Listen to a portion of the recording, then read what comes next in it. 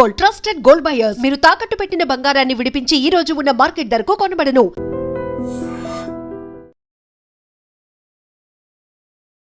Welcome to I Dream. ఈ రోజు స్టూడియోలో మనతో పాటు ఉన్నారు ప్రముఖ వాస్తు జ్యోతిష్య పండితులు, ప్రముఖ ఆధ్యాత్మికవేత్త బాలచంద్ర శర్మ గారు. మన నిత్య జీవితంలో మనకి ఎన్నో సందేహాలు వస్తూ ఉంటాయి. అటువంటి సందేహాల్లో కొన్ని సందేహాలు ఈ రోజు నివృత్తి చేసుకునే ప్రయత్నం చేద్దాం, వారితో మాట్లాడేద్దాం. నమస్కారం గురుగారు. నమస్కారం అండి. గురుగారు, అసలు మన నిత్య దీపారాధన ఏ విధంగా చేసుకోవాలి? అంటే కొంతమంది దేవాలయాల్లో దీపారాధన చేస్తూ ఉంటారు, రావి చెట్టు కింద, ఉసిరి చెట్టు కింద. దేవాలయంలో అయితే మనం ఏ విధంగా చేసుకోవాలి, అలాగే ఇంట్లో అయితే ఏ విధంగా చేసుకోవాలి? ఆర్థికంగా కానీ ఆరోగ్యపరంగా కానీ కలిసి రావాలంటే ఎలా చేసుకోవాలి మనం? శ్రీమాత్రే నమః, శ్రీ గురుభ్యో నమః. మంచి ప్రశ్న అండి. ఇంట్లో దీపారాధన చేసేటప్పుడు చాలా మందికి ఇంకా దీపం రోజంతా ఉంటే మంచిదా, దీపం తొందరగా కొండెక్కితే పరిస్థితి ఏమిటి, పొరపాటున గాలి వస్తే, ఇలా ఉంటాయి. ఇంకోటి, ఆ దీపం వెలిగించినప్పుడు ఎటు దిక్కుంటే అనేటువంటిది కూడా ఉంటుంది. అపర కార్యక్రమం, ఎవరైనా చనిపోయినప్పుడు మాత్రమే ఉత్తర దక్షిణాలు దీపం వెలగాలి. మిగిలిన అన్ని సమయాల్లో కూడా దీపం తూర్పు పడమరలు మాత్రమే వెలగాలి. సో ఒత్తి వేసినప్పుడు తూర్పు వైపు కానీ పడమర వైపు కానీ వేయాలి. లేదు మధ్యవర్తి బొడ్డొత్తి వేసుకుని అసలు గొడవే లేదు, అవసరం లేదు. దీపం వెలిగించిన తర్వాతకి ఖచ్చితంగా కాస్త పసుపు కుంకుమ పెట్టాలి. అది శుభ సూచకానికి ప్రతీతి. పసుపు కుంకుమ పెట్టకుండా ఎప్పుడు దీపంని వెలిగించకూడదు. రెండవది. మూడవది ఏంటంటే, సాధ్యం త్రివర్తి సంయుక్తం వహ్నినా యోజితం ప్రియం. 3 ఒత్తులు కలిపి చేసేటువంటిది మాత్రమే దీపం. అలా మీరు 3 దీపాలు పెట్టుకోండి, ఎన్నైనా పెట్టుకోండి. ప్రతి దీపానికి 3 ఒత్తులు కలిపి ఒక ఒత్తి కింద పెట్టాలి. అదొకటి. అసలు దీపం ఎందుకు వెలిగించాలి? దీపం వెలిగిస్తే మనకేం లాభం? మనకు కరెంట్ అనేటువంటిది లేని రోజుల నుంచి ఇంట్లో దీపమే మనకు వెలుగు. అందుకే మనకు సాంప్రదాయం ఉండేది, గూట్లో దీపం నోట్లో ముద్ద, పడుకోవాలి అంతే.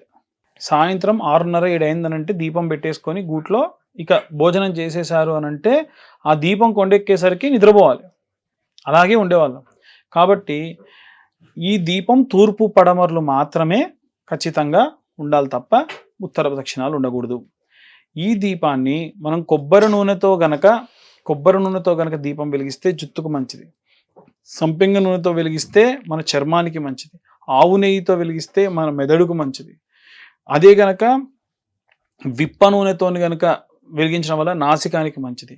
కాస్త పచ్చకర్పూరం కలిపినటువంటిది గనక మనం వేస్తే మన యొక్క శ్వాసకోశాలకు మంచిది. ప్రతి ఒక్కటి కూడా మనకు మంచిది, మన శరీరానికి మంచిది. దాంట్లో నుంచి వచ్చేటువంటి పొగ, దాంట్లో నుంచి వచ్చేటువంటి ఆ యొక్క వెలుగు మనకు విశేషమైనటువంటి సత్ఫలితాలను ఇస్తుంది. కాబట్టి ఇంట్లో దీపం ఈ విధంగా వెలిగించుకోవాలి.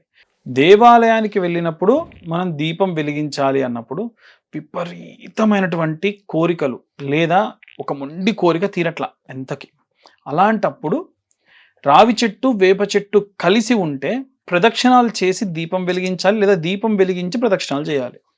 అది కూడా ఎవరో పెట్టినటువంటి మట్టి ప్రమిదలలో ఎప్పుడూ కూడా మనం దీపం వెలిగించకూడదు. మనమే మనకై ఒక మట్టి ప్రమిద తీసుకొని పోయి ఎన్ని రోజులు వెలిగిస్తే అన్ని మట్టి ప్రమిదలు తీసుకెళ్ళాలి. ఎంత అవుతుందండి ఒక మట్టి ప్రమిద? ఇంకొకటి, దేవాలయానికి ఎప్పుడు మనం నూనె కానీ నెయ్యి కానీ తీసుకెళ్తే తిరిగి ఇంటికి తెచ్చుకోకూడదు. పసుపు కుంకుమలు కూడా నేను కేజీ కొనుక్కొని రోజు కొంచెం వేసి వస్తా, అలా చేయకూడదు.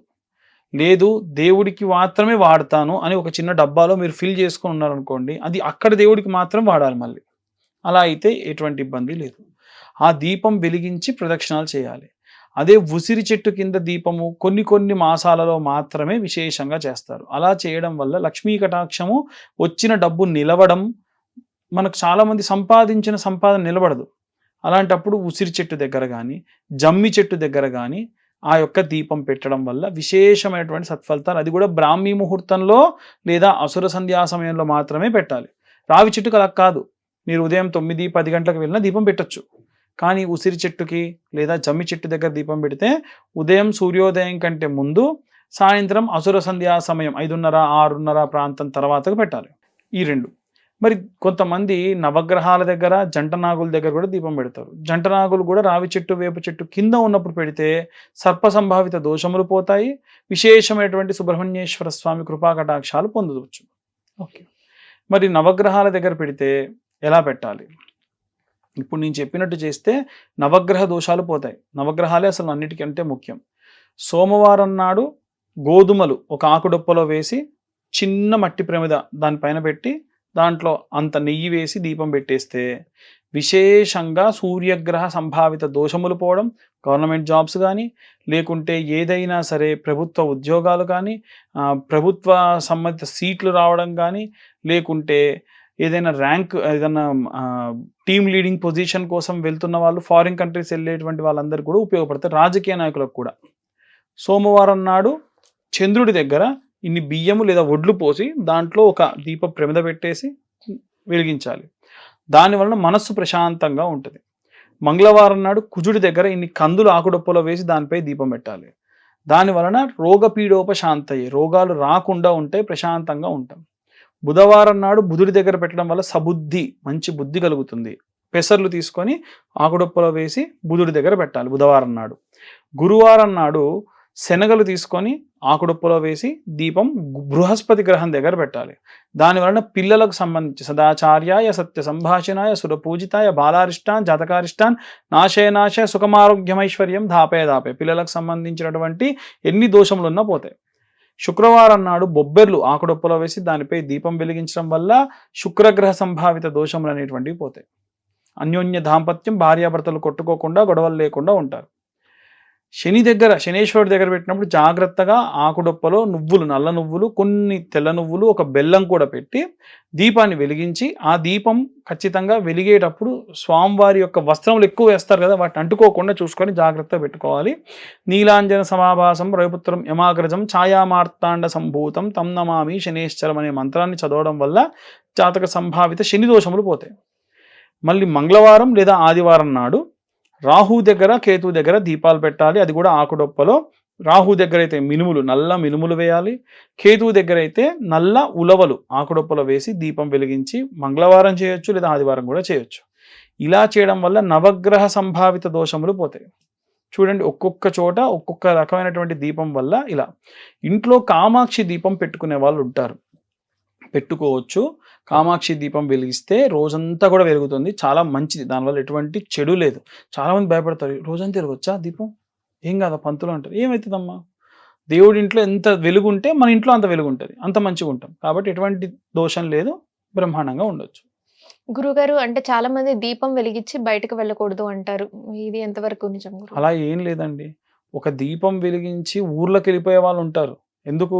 అఖండం వెలిగించి వెళ్తారు. భగవంతుడికి రక్షణగా ఉండాలి, ఎప్పుడు దీపం వెలగాలి, నిత్యం దీపారాధన చేసేటందుకు. వెళ్ళేటప్పుడు కాకపోతే ఎలుకలు ఏమైనా వచ్చి కదిలిస్తే ఇంటికి అగ్ని ప్రమాదం జరగకుండా జాగ్రత్తగా ఉండాలి. కానీ గాల్లో దీపం పెట్టి దేవుడు అన్నట్టుగా ఎక్కడ పెడితే అక్కడ అలా పెట్టకూడదు. పెట్టే దీపం వల్ల ఎటువంటి ఇబ్బంది లేకుండా, ఒకవేళ పొరపాటున ఏదైనా ఏ ఎలకో ఏ పిల్లో వచ్చి తగిలినా ప్రమాదం లేకుండా ఉండే చోట పెట్టాలి తప్ప ఏం కాదు, పెట్టకూడదని ఎక్కడా లేదు. అలాగే దేవాలయంలో మనం గంట మోగిస్తాము, దీనికి ఆంతర్యం ఏంటి గురుగారు?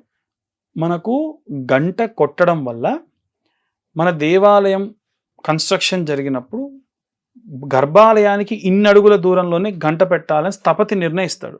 అది కరెక్ట్గా ధ్వజస్తంభానికి దేవాలయానికి మధ్య భాగం, అంటే నాభి భాగంలో ఉంటుంది. అక్కడ మనం గనక గంట కొట్టడం వల్ల చుట్టుపక్కల ఉన్నటువంటి ప్రదేశాల్లో 2.5 నుంచి 4 కిలోమీటర్ల దూరంలో ధ్వని వెళ్తుంది. దానివల్ల పీడితమైనటువంటి భూత ప్రేతాలు రావు. అయితే చాలామంది ఏం చేస్తారంటే గుడికి వెళ్ళి తీర్థం తీసుకుంటారు, షడ్గోం పెట్టిస్తారు, మళ్ళీ పోయి గంట కొడతారు. నీ చెయ్యి ఎంగిలి ఉంది కదా, నువ్వు ఎలా కొడతావు గంట? వెళ్ళగానే గంట కొట్టు ఒక్కసారి, అది కూడా టంగ్ అని కొడితే ఓంకారం ధ్వనిస్తుంది దాని నుంచి, దానివల్ల మంచిది. ప్రదక్షిణాలు చేస్తుంటే ప్రతి ప్రదక్షిణ టంగ్ టంగ్ అని కొడతారు. ఒకవేళ మనం దేవాలయంలో కొట్టేటువంటి గంట కానివ్వండి, ఇంట్లో కొట్టేటువంటి గంట కానివ్వండి, మన చేతిలో నుంచి పగిలితే ఇంట్లో ఎవరో ఒకరు మరణిస్తారు. చాలా పెద్ద ప్రమాదం అది. ఇష్టం వచ్చినట్టు మన చేతిలో ఇట్లా ఆడుకుంటూ ఇట్లా అంటే గంట పగిలింది, దేవాలయంకి వెళ్ళాం టపా టపా కొడుతుంటే దానికి పరివారి మొత్తం అంతా పగిలిపోయింది అనుకోండి, ఇంట్లో ఎవరినో ఒకరు చనిపోతారు. అందుకని దేవాలయంలో గంట 10 మందికి ఉపయోగపడేటట్టుగా ఎంతో కష్టపడి, ఎంతో బరువుతో ఉన్నటువంటి తీసుకొచ్చి, అరే మీరు ఎప్పుడో ఒకసారి వచ్చినప్పుడు కొట్టాను, ఆడుకునేటువంటి వస్తువులుగా టంగ్ టంగ్ టంగ్ కొట్టారనుకోండి, మన చేతితో అది కనుక పగిలితే ఇంట్లో ఉన్నటువంటి వాళ్ళు ఎవరో ఒకరు చనిపోతారు. అది అస్సలు మంచిది కాదు. కాబట్టి చాలా పవిత్రమైంది. మనకు దేవాలయంలో ఏ ఒక్కటి కూడా అనవసరంగా పెట్టింది కాదు. ఇంతకు ముందు చెప్పాను, బలిపీఠాలకు చాలామంది బోర్లా పడుకొని దండం పెడుతూ ఉంటారు, అది చేయకూడదు. దానివల్ల బలిపీఠాలు ఊరుకున్న అరిష్టం తీసుకునేవి, దాన్ని తాకకూడదు అసలు. మనం అలా తాగులుతారు. దేవాలయానికి వెళ్ళినప్పుడు గంటని ఇష్టం వచ్చినట్టు కొడతారు. కానీ గంట అనేది మన పూజా మందిరంలో చిన్నగా ఉంటది కదా గురుగారు, అది అది కూడా. అనుకోని చాలా మంది సందర్భాలలో ఏంటి? ఒక్కోసారి అవ్వచ్చేమో పొర్రపాటు మన కదా. చేతి నుంచి ఎలా పగులుతుంది? నేను చెప్పేది మన చేతిలో ఉండగా మన వల్ల అయితే, ఏదో వస్తువు తీస్తుంటే పడిపోతే అది వేరు, కావాలని ఆడి ఆడి ఇట్లా కొట్టడం కావాలని చేయడం అలా వల్ల చేస్తే, లేదా ఏదో తాళం వేస్తున్నాం అని చెప్పేసి గంటతో తాళం కొడుతుంటారు కొంతమంది, అది కూడా మంచిది కాదు. అలా పగిలిన దోషమే. కాబట్టి జాగ్రత్తగా ఉండాలి. ధన్యవాదాలు గురుగారు. ధన్యవాదాలు. దీన్ని తవ్వండి, తవ్వుతూనే శివలింగం. పరమాత్మకు జీవా సరే దాన్ని అట్లా కప్పేసేయండి, చూపించదండి. Krishna is there. మూర్తి పూజ కాదు, సాక్షాత్ బ్రజేంద్ర నందన భగవాన్ ఉన్నారు మూర్తిలో. ఏమీ ఆశించకుండా ఆరాధించే వాళ్ళు కూడా ఉన్నారా ప్రభుజీ? నిజమైన భక్తి అంటే మనకు తెలియదు కాబట్టి